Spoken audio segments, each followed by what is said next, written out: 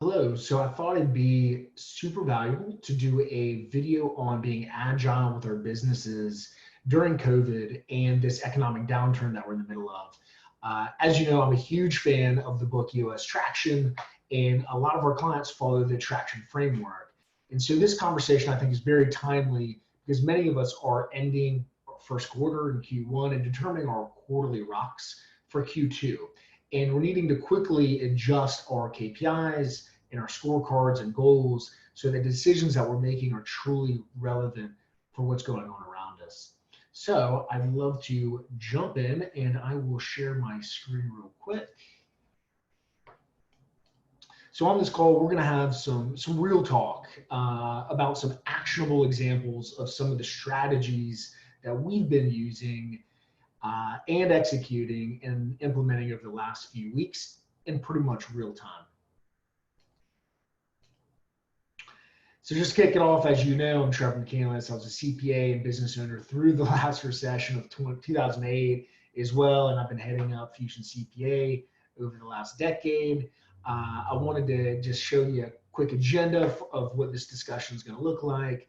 And it's actually very aligned with our video series on the three forces of scale.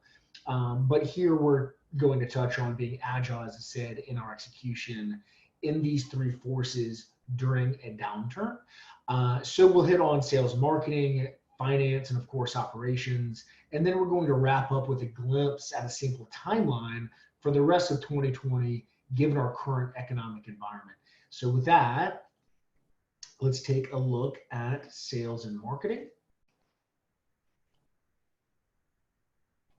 And so when COVID slapped us in, the US, especially in the face a few weeks ago, most of us had a gut feeling that our sales teams were going to have a hard time closing new business.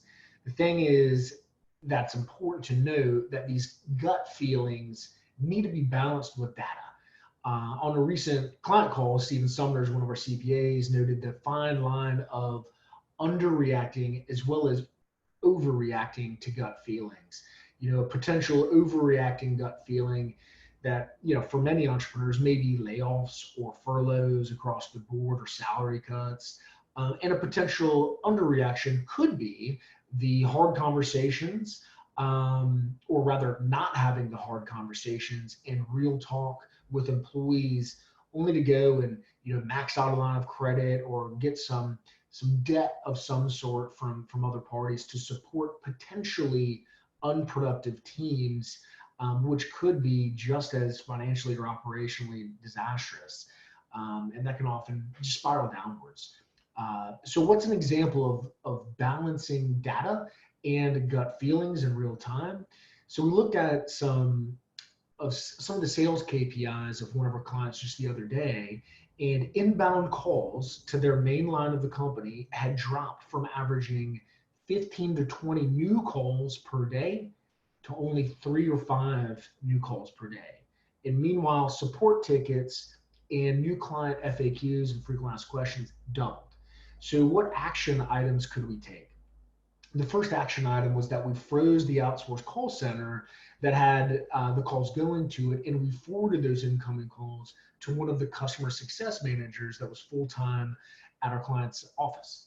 And she now has full-time, or rather more capacity to take on those calls just due to some of the slowdown of some of the other job duties that she had going on. So this will equate to, if we completely freeze the service for the rest of the year, annualized savings of around $10,000.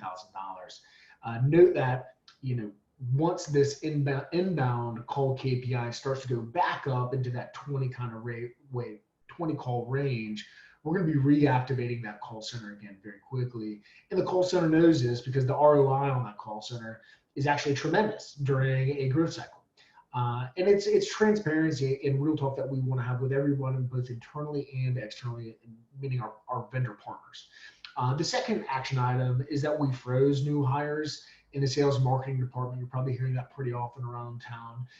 And simultaneously, we changed part of the sales team's weekly and monthly recurring revenue KPI to incorporate some of our internal customer support initiatives that we've got going on into Q2.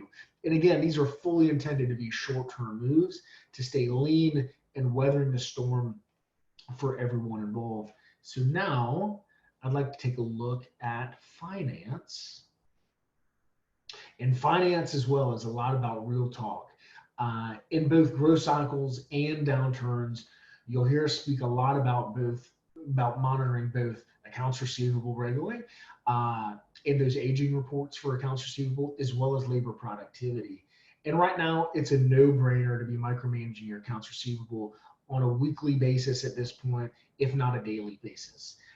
With one client, we found this is actually a perfect time to finally mandate that all of his customers go on auto draft, which will help greatly minimize his accounts receivable. It's something that he, the CEO, had been fighting for quite a while. But I mean, after all, there's no one physically at his office to pick up checks, let alone deposit them at the bank if they even wanted to. So fortunately, only one of his customers refused to go with the online payment method, the automatic payment method, and of course they had to part ways. That just wasn't a good fit anymore. So in regards to labor productivity, you know, a lot of entrepreneurs employ a decently large bench of entrepreneurs, or rather contractors.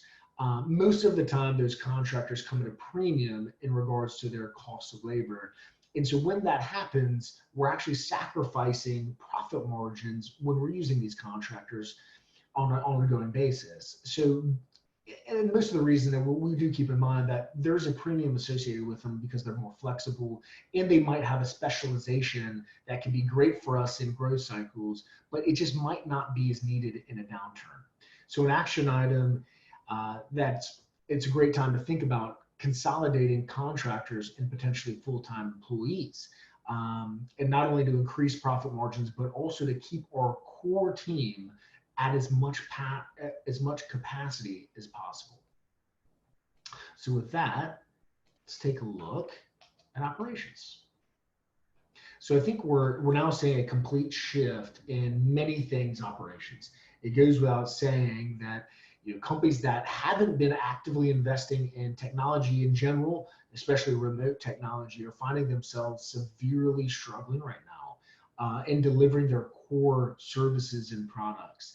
I think we're seeing, the phrases going out on Twitter and all over the news that remote is now more important than ever. Just a quick client story, about a month ago, we were actually implementing the EOS traction framework with one of our law firm clients. They had never even heard of Zoom before, and thank God we introduced it to them, as they were a very in-office oriented team. And so now it is even more important for them to continue their daily and weekly team huddles, obviously via Zoom video chat, to maintain this connection and maintain the productivity that they need to have and that they're used to when all working in the office. And so finally, I'd actually like to take a look at a sample timeline for the rest of 2020.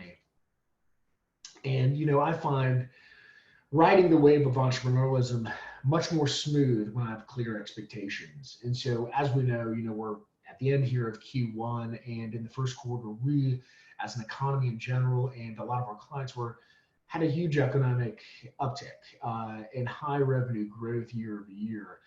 We had goals of potentially hiring people these final weeks of Q1, and of course going on to the last 3 quarters of 2020. So now, knowing what we know now in Q2, we're essentially having a market freeze, and as we're discussing on this video, it's kind of get lean time. So we need to readjust our weekly and monthly KPIs and our quarterly rocks to kind of match what's going on outside. So we're obviously, I've got a couple notes here, pausing spending and travel, some spending and events, etc. And then in Q3, we're hoping, with our fingers crossed, that the markets may stabilize for small businesses, of course. But I think we're going to stay lean, and potentially if the markets are stabilizing, if revenues are starting to go back up in new business, then hopefully we'll be able to make up for some lost revenues that we may have experienced in Q2. And so then in Q4, again, fingers crossed that we're having market stabilization But again, I'm thinking rinse, repeat. We're going to want to stay lean for the rest of the year.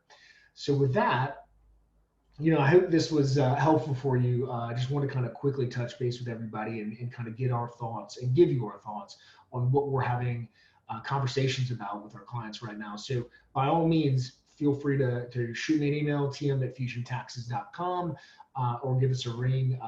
Love to talk to you. Thanks.